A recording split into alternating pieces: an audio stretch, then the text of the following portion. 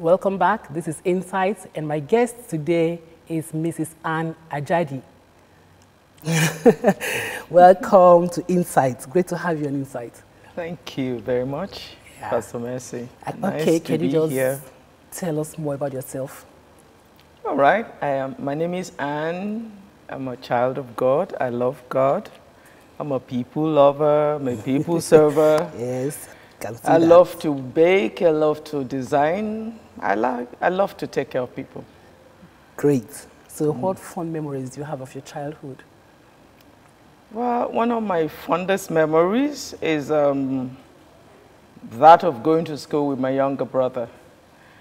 I was supposed to take care of him. So I would be the one to hold his pocket money, and then when we were spending pennies that had holes in them, so those the money will not get lost, I would have to insert it through my belt. So that's how we kept the money. And the antiques we got to, my brother and I. And another one was both of us still going to church together. Church for us was an escape. When I didn't want to wash plates at home, I would say there was a program in church. So where were your parents now? At this time, where were your parents? then, when we were up to all those antiques, Yes. my parents would be at home. My father would have gone to work, and my mother worked at home. She had a tailoring store, and she sold drinks. All of that was in the house. Okay. You know, those houses those days that the shop was right in front of the house. So my mother was home for us. My father went to work. Okay. So how was your journey through school? School for me was good in the sense that I was a favored child all through. Everybody liked me. Were you your firstborn? No, I was, I actually like to say that I'm a no-number child. Why? Because I'm actually like my mom's 6th or 7th child. Okay. But the third leaving. Okay. So there's a 7-year break between my sister and I, so everybody was waiting for me to come. Okay. So I got that favored treatment growing up. So I heard you once roasted corn and sold pure water. How and why did you get in there? No, I didn't sell pure water. I grew up in Oshobo, and those days after school, you found some of your classmates, you know, hawking stuff. And then at that time, it felt like we weren't allowed to do that. And I kind of felt I wanted to belong. And the only way I could do it, my mother wasn't going to let me, but then I had a stubborn streak growing up. So I chose to roast corn in front of the house. I liked the idea that of making my own money. Okay. My dreams, even at that time, were big. So, and you know, it is, Mama won't give you all the money you wanted. I need to make so yours. I needed to make my own, or I needed to prove that I could do something with myself. So I'd put this bowl that you put coal in, put a rack on top, and then got corn and roasted corn and coconut, you know, sugared coconuts. It was fun. You're making money. Yeah, it was fun knowing that I could do something by myself, and knowing that money could come out of it. It was nice while it lasted. Wow. You know, your cakes are simply wow. How did you become a baker? Okay, it's what I call necessity is the mother of invention. I think the very first inkling to me baking was the fact that I liked to work with my hands. Okay. And I loved to stay at home. I'm basically, at heart, I'm a home person. And even though I loved to stay at home, I didn't want to be idle. I don't understand when you're doing nothing. So it came down to, so what would I be doing with my time? And I love to cook. And baking came naturally out of,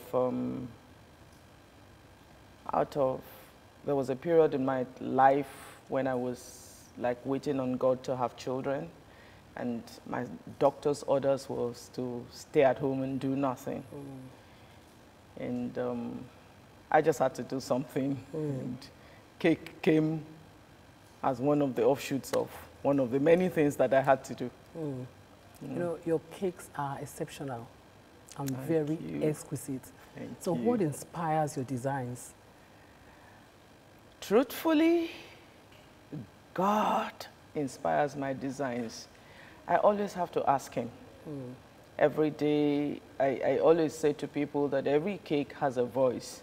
Every cake is saying something. I see myself as an artist, and you hear voices. I mean, I know the voice that I hear, the voice of the Spirit. I hear the voice, he tells me what to do, he tells me how to go. And most of the time when I have to really crack something, I have to refer. It's almost like I'm creeping back inside of myself to go and get whatever I have to get out. And most of it comes out in all those designs. Beautiful designs. It's just God. It's just And you said God. each of those designs have a story behind it. Yes. You've attended some international exhibitions. Yes. Yeah, tell us about that. Well, at some point in this, my baking and design thing, it became obvious that it wasn't something to play with anymore, because for me, it was just like you were playing around. It became obvious that it wasn't something you wanted to play with. It was obvious that it was much more than I could handle. So I needed the exposure, the international exposure, and I did that, signed up became a member of international bodies whose interests were cake making and design. And they have exhibitions, yearly exhibitions. I try to attend a few in a year. The idea is see what other people are doing all around the world. See what, tell myself I'm not crazy. Tell myself all those things that I'm doing is going somewhere. Now and again, get recognized for your work. And so far, God has been good. There are cakes. I've eaten your cake several times. The taste, the texture, the color. It calls for more. You feel like some cakes all the time. So what makes your cake tick? I was raised by a mother who insisted on excellence. Okay. I was raised by a mother who said to me all the time that you had to go beyond looks, you had to go beyond the surface.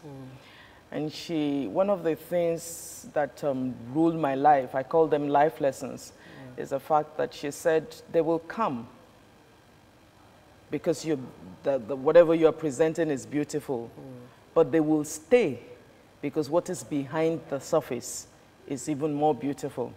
So that's like, for me, what I use to decide, okay, so now we're going to bake. So what kind of cake are we going to bake? What makes you different from another baker? What makes you different from another designer? Why would anybody stop by what you're doing? And I decided that, okay, excellence, actually rooted in God anyway. So if you wanted to do it well, you had to do it the God way, do it in an excellent way. So if you were cooking, do it to the very best, use the best quality ingredients, and put in all you have. That's been what has ruled me.